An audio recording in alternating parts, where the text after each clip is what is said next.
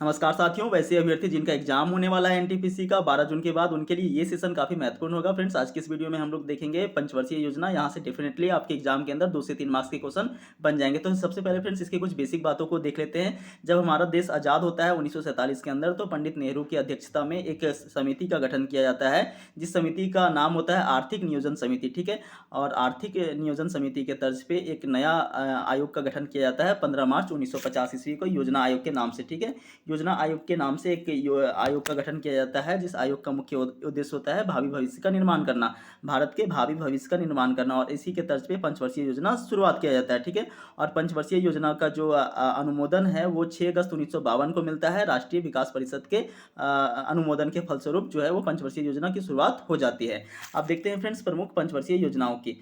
तो सबसे पहला पंचवर्षीय योजना जो है वो 1951 से 56 तक। देखिए मैं 3 स्टेप में लिखा हूँ, यहाँ पे समय है, यहाँ पे मॉडल है और यहाँ पे केंद्रीय बिंदु है।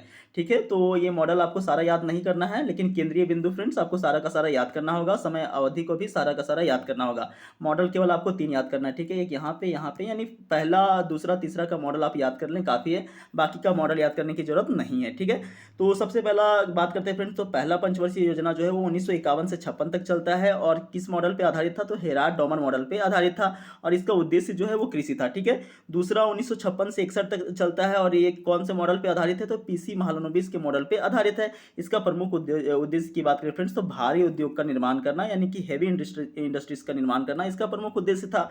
तीसरा पंचवर्षीय योजना जो है वो 1961 से लेकर के 1966 तक चलता है, और ये सैंडी चक्रवर्ती के मॉडल पे आधारित था, और इसका प्रमुख उद्देश्य आत्मनिर्भरता को प्राप्ति करना है। अब देखिए फ्रेंड्स, यहाँ आदि याद करना काफी इजी हो जाता है। पहला कृषि है, दूसरा उद्योग है। यदि आप कृषि भी कर लेते हैं, उद्योग भी लगा देते हैं, तो आप क्या हो जाएंगे? आत्मनिर्भर होंगे कि नहीं होंगे? बताइए। तो कृषि हो जाता है, उद्योग भी आप लगा देते हैं, तो आप आत्मनिर्भर हो जाएंगे। तो इजीली यहाँ से याद कर सकते हैं कि पहला कृषि है, दूसरा उद्योग है, और दोनों को मिला देंगे तो हम लोग आत्मनिर्भर हो जाएंगे। लेकिन यहाँ से एक प्रश्न पूछा जाता है फ्रेंड्स कि सबसे असफल योजना कौन सा था? तो आपको याद रखना होगा कि भाई सबसे असफल योजना जो है वो तीसरा पंचवर्षीय योजना था। अब क्यों था तीसरा पंचवर्षीय योजना सबसे असफल? इसके पीछे का कारण आप समझिए। देखिए 1962 में आपका भारत चीन युद्ध हो जाता है। वहीं 1965 की बात करें फ्रेंड्स, तो भारत और पाकिस्तान युद्ध हो जाता है। तो ये दो प्रमुख युद्धों की वजह से ये तीसरा पंचवर्षीय योजना जो है वो सबसे असफल साबित हो जाता है। ठीक है, उसके बाद देखिए तीसरा पंचवर्षीय योजना के बाद 3 वर्ष का अवकाश लिया जाता है। देखिए तीसरा पंचवर्षीय योजना 3 वर्ष का अवकाश, याद रखिएगा, तीसरा पंचवर्षीय योजना 3 वर्ष का अवकाश। ठीक है, तो 3 वर्ष का अवकाश लिया जाता है। 66 के बाद 67, 68, ठीक है, 66, 67, 68। ठीक है, ये 3 वर्ष का जो है अवकाश लिया जाता है, और अवकाश लेने के बाद जो है फिर से अब चौथा पंचवर्षीय योजना का शुरुआत हो जाता है 1969 से 74। ठीक है, 1969 से 74 के बीच में चौथा पंचवर्षीय योजना का शुरुआत होता है, और जिसका प्रमुख उद्देश्य होता है स्थिरता के साथ आत्मनिर्भरता। आप कोरिलेट करके याद करें। देखिए आत्मनिर्भरता यहाँ भी आत्मनिर्भरता है, लेकिन यहाँ पे स्थिरता के साथ में, मतलब सस्टेनेबिलिटी, मतलब स्थिरता के साथ में आपको आत्मनिर्भरता की भी प्राप्ति करनी होती है। ठीक है,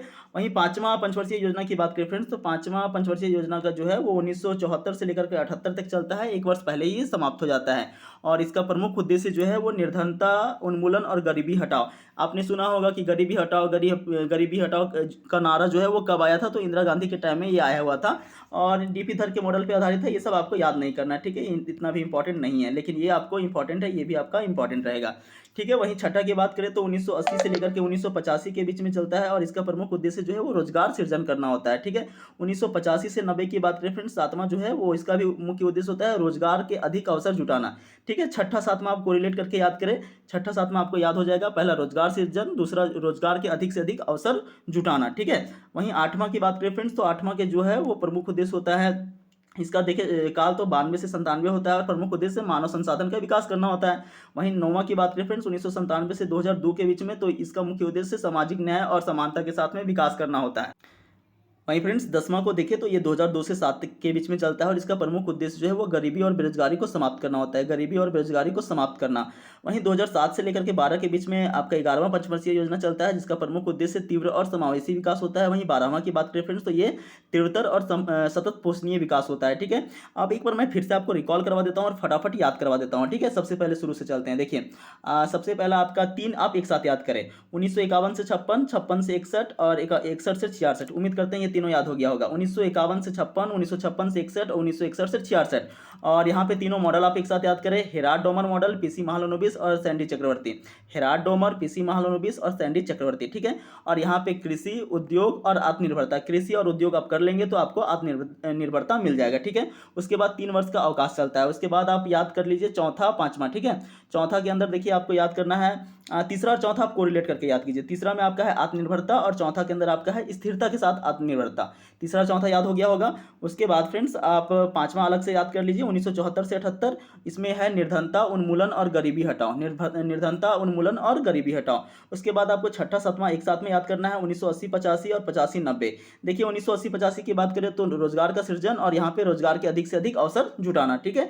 अब आप आठवां और नौवां एक साथ याद करें। आठवां नौवां काफी इजी है याद करना। देखिए 92 से 97 है आठवां, और इसमें है मानव संसाधन का विकास। और नौवां के अंदर क्या हो जाएगा, तो सामाजिक न्याय और समानता के साथ में विकास। देखिए यहाँ पे मानव संसाधन के विकास है और यहाँ पे सामाजिक न्याय और समानता के साथ में विकास। यहाँ समानता के साथ में विकास है और यहाँ मानव संसाधन का विकास है।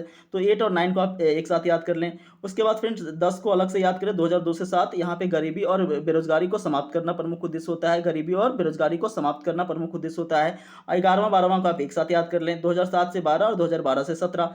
2007 से 12 की बात करें तो तीव्र और समावेशी विकास। वहीं फ्रेंड्स 2012 से 17 की बात करें तो तीव्रतर, सतत पोषणीय और अधिक समावेशी विकास। देखिए यहाँ सतत पोषणीय एक वर्ड आया हुआ है, तो इसका मतलब होता है कि वर्तमान स्थिति को, भविष्य की स्थिति को देख करके वर्तमान का विकास करना। मतलब कि मान लीजिए आपके पास अभी कोयला पेट्रोलियम है, तो ऐसा नहीं कि एकदम दबा के आप अभी यूज कर लिए, उनका भविष्य में जो उपयोग करना है उनके लिए कुछ बचा ही नहीं।